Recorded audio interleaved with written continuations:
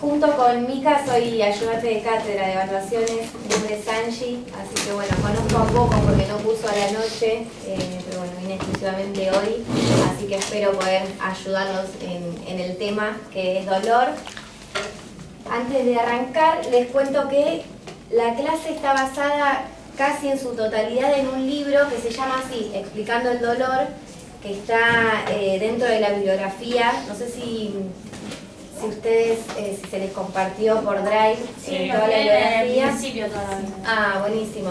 Así que bueno, si lo quieren leer, está bueno. Es un libro que se lee fácil. Hay terminología que tal vez no es tan sencilla y la hace sencilla, está bueno. Y bueno, y después hay algunas cosas más que agregamos como la clasificación del dolor, que eso está sacado de otro lado y bueno, está bastante completo con de acá y lo que veamos creo que va a alcanzar. Bien, bueno, vamos a definir, siempre que arrancamos algo definimos qué es el dolor, ¿sí? En principio una experiencia sensorial, o sea, relacionada con los sentidos, algo que sentimos, y emocional desagradable, ¿sí? Es algo que sentimos y que se pone en juego también nuestras emociones, ¿sí? Desagradable, obviamente, asociada con un daño tisular, o sea, un daño a nivel de los tejidos, de cualquier tejido del cuerpo, que puede ser real o potencial, o sea, puede estar como no, ¿sí? O descrita en términos de dicho daño, por ejemplo. Sí, dale. Porque ahí no... El Power está subido en el campus, así que bueno. si queremos sacar foto, lo Ahí tienen ahí. Por eso, no sé si llega. Entonces, esa es la definición de dolor. Lo que vamos a ir viendo ahora a lo largo de la clase es que puede existir el daño, pudo haber existido antes, ¿sí? O puede no estar incluso, ¿sí? Ahora lo vamos a explicar un poco más. Bien, acá ampliamos un poquito más la información. Está chiquito, yo se los voy contando. Bien, ¿por qué desagradable? El hecho de que sea desagradable es lo que hace que sea algo sumamente efectivo para el organismo, ¿sí? Es medio raro pensarlo así al principio, decís, para el dolor es horrible, pero no. Es efectivo, es necesario y es esencial. ¿Por qué? Porque nos protege. El dolor nos protege y nos avisa de que estamos en peligro. Le avisa a la persona que está en peligro. Entonces, por ejemplo, si nos duele, ¿sabe cuáles son los dos dolores más habituales en la población, en los humanos? Dolor de cabeza. Dolor de cabeza y lumbar. Bien, entonces, si a mí me duele la cintura, por ejemplo, el cuerpo me está avisando que algo no está bien, probablemente yo voy a evitar hacer determinados movimientos para protegerme. En ese sentido nos protege, ¿sí? Es un ejemplo. Bien, entonces, ¿qué objetivo tiene el dolor? Curarnos. Dice, bueno, no hagas esto porque te vas a seguir lastimando. ¿El objetivo cuál es? La curación. Bien, entonces, esta respuesta del organismo es frente a algo que, importantísimo, es lo que más trata el libro, el cerebro juzga como que es peligroso. ¿Qué quiere decir? Nosotros, para sentir dolor, tiene que llegar esa información a corteza, al cerebro. Si no llega al cerebro, o el cerebro lo recibe y no lo juzga como dolor, no hay dolor, ¿sí? Entonces, llegó, ahora lo vamos a explicar de qué manera, información al cerebro que el cerebro registra como dolor. ¿Sí? Entonces, ahí lo sentimos. Ahora yo se miro las caras así como, ¿cómo que el cerebro juzga así? Llega una información a corteza, el cerebro dice, estás en peligro, toma, vas a sentir dolor para cuidarte y para protegerte y para avisarte que es así, ¿sí?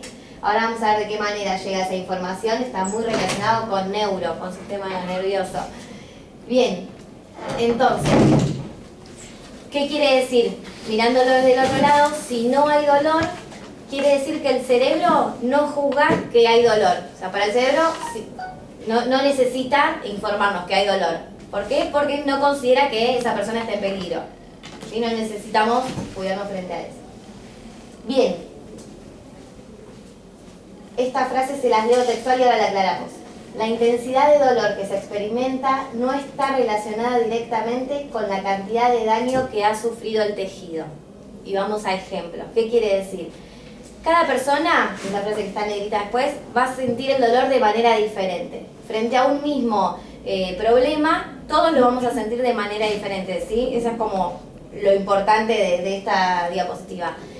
Entonces, si miráramos, por ejemplo, una radiografía de una abuela o de un anciano, tal vez veríamos sus vértebras, sus tejidos más deteriorados y probablemente no sienta dolor, porque el cerebro no lo toma como que esa persona está en peligro, sino como que es un cambio normal, un deterioro normal por la edad, ¿sí?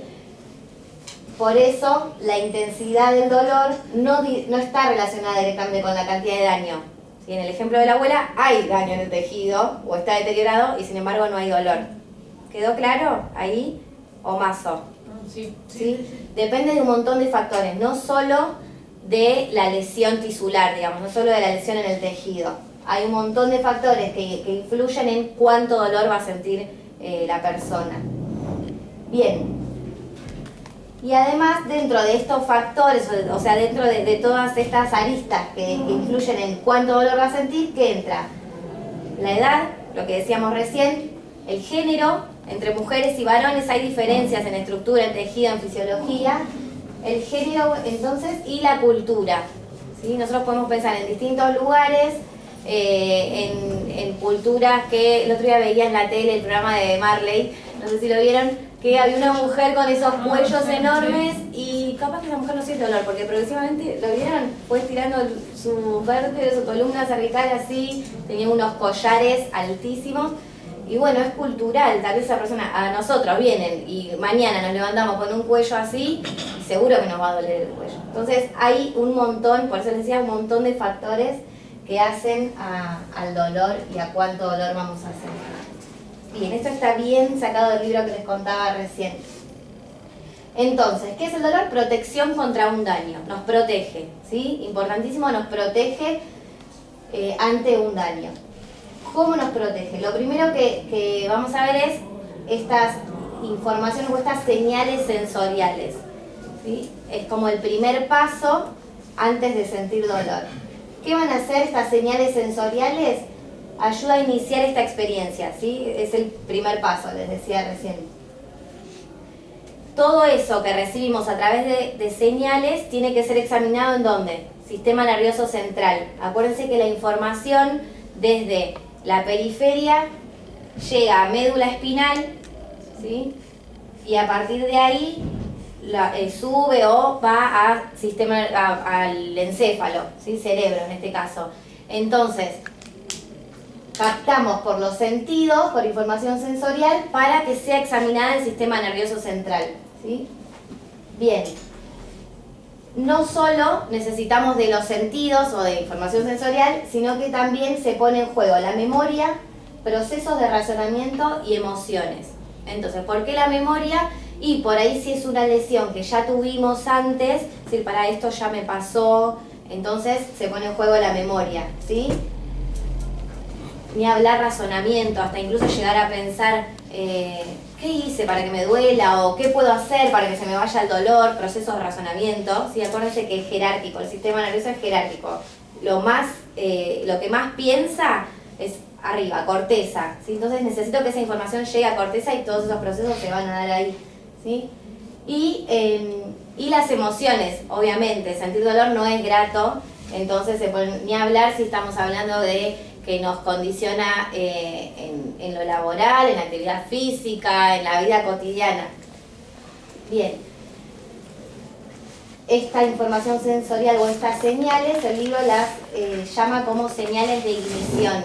Ignición es algo que está en combustión, algo que está por explotar, ¿sí? Bien, y por otro lado, hablamos de alarmas de peligro, una alarma de peligro. ¿Qué son estas alarmas de peligro? Es un componente del sistema sensorial, ¿sí? Este sistema del que hablábamos recién, formado por los sentidos, que alerta al cerebro cuando estamos en riesgo. Entonces, todos estos sentidos que forman una alarma, que hacen, se encienden cuando hay una situación de peligro, me informan al cerebro y a partir de ahí nosotros tomaremos distintos caminos, decisiones. ¿Qué nos avisan? ¿Qué parte del cuerpo está en peligro? La importancia y la naturaleza. Todo esto que uno se empieza a replantear. El sistema de apoyo entonces de las alarmas de peligro, esta información sensorial, ¿quiénes son? La vista, el olfato, el oído, el gusto. ¿Sí? Un poco de sentido. Bien. Seguimos. Los voy mirando. Las caras. Bueno, por otro lado, no toman mate. Sí, Los chicos no vinieron. Bien. Bueno, entonces, por otro lado hablamos de sensores, ¿sí? Que lo que les decía recién, muy relacionado con neuro. No sé si acá cursan neuro, o están cursando, ya la cursaron. Sensores que tenemos en las neuronas, en las terminaciones de las neuronas, que van a hacer transportar esa información hasta médula espinal, ¿sí? Y que están especializados. Tenemos sensores mecánicos, que son los que van a responder a fuerzas mecánicas, ¿sí? Muy, más relacionado con estructuras como músculos, tendones, articulaciones. A cambios de temperatura, como la piel, ¿sí? Hay sensores térmicos, bien, y a la presencia de cambios químicos tanto fuera como del interior del cuerpo, sensores químicos. Entonces, térmicos, mecánicos y químicos, 3 tipos de sensores, ¿sí? Que son los que van a llevar la información a médula, lo que está sucediendo en un tejido, ¿sí? Y la médula lo va a llevar a corteza, esa información. Bien, la mayoría de estos sensores se localizan en el cerebro, hay muchos sensores en el cerebro, y esto yo no lo sabía, lo aprendí con la materia, me parece algo genial del organismo, que es que solo viven durante unos pocos días. Son reemplazados por sensores nuevos, ¿sí? O sea, duran poco tiempo y son reemplazados. ¿Qué quiere decir? Fusibles que se queman. Claro, yo soy como cero en el tema, pero sí. Y la sensibilidad va cambiando continuamente, eso nos quiere decir. Entonces, nuestro nivel actual de sensibilidad no es para siempre. Es algo buenísimo pensar que si hay algo que hoy nos produce dolor, tal vez en otro momento no. Y saber que nosotros, con lo que vamos a seguir viendo ahora un poquito más adelante, hasta tenemos parte de responsabilidad de decir, esto no me genera dolor o que esto no me genere dolor. Tenemos herramientas para que eso no nos suceda y obviamente para nuestros pacientes, ¿no? Estamos hablando entre nosotros, pero saber que existen estas herramientas. Bien.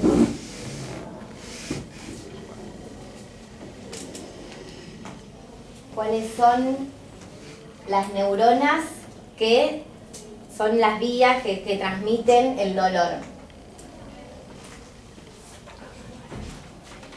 Que están ahí. Son los nociceptores, receptores, ¿sí? Receptores del dolor, nociceptores. ¿Qué es la nocicepción? Va a ser la captación del peligro, ¿sí? Acuérdense que el dolor no va por las mismas vías que la sensibilidad, que lo motor, sino que va por otras vías y estas son digamos las... Ay, se me fue a pegar otra vez. Los receptores, ahí está, que van a llevar información sobre el dolor. Entonces, se activan estas neuronas que mandan una señal a la médula espinal y para aclarar, la información que llega a médula espinal es de peligro, no de dolor. O sea, la información que llega a médula es peligro. Ojo que en este tejido está pasando algo. Ahora, cuando esa información llegó a corteza, al cerebro, ahí es donde el cerebro decide si va a ser dolor o no. ¿Sí? No llega el dolor a médula, llega la información o la alarma de peligro. ¿Sí? Es importante esa diferencia. Bien. Entonces, sepan que no solo el dolor es, o sea, no solo un daño a nivel tisular es lo que nos puede provocar dolor, sino que hay otros, también lo vamos a ver ahora un poquito más adelante, pero por ejemplo los pensamientos. Hay pensamientos que pueden provocar dolor.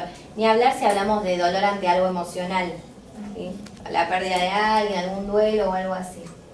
Bien, y esa frase en negrita, la nocicepción no es suficiente ni necesaria para provocar dolor. ¿Qué quiere decir? Yo por tener un daño tisular, o sea, información nociceptiva, no quiere decir que vaya a sentir dolor. O sea, no es suficiente, necesito de más cosas. Necesito que el cerebro juzgue, que lo relacione con la memoria, con el razonamiento, con un montón de factores. Y tampoco es necesaria para provocar dolor. ¿Por qué? Porque los pensamientos pueden provocar dolor y no hay ningún daño a nivel tisular. ¿Se entendió ahí la aclaración de esa frase? Bien, no es suficiente ni necesaria para provocar dolor. Bien, algunos datos del cerebro, que esto seguramente algunos ya lo saben, pero bueno, es un conjunto de neuronas, de un montón de neuronas, de 100 billones de neuronas. Esto me encantó, igual estos datos, así que ahí van para compartirlo. Existen más conexiones posibles en el cerebro que partículas en el universo. Esto es tremendo, los datos, y es un libro con mucha bibliografía, así que... Bien, una neurona colocada en un recipiente con agua salada se va a retorcer estirándose hasta un 30% para buscar conexiones.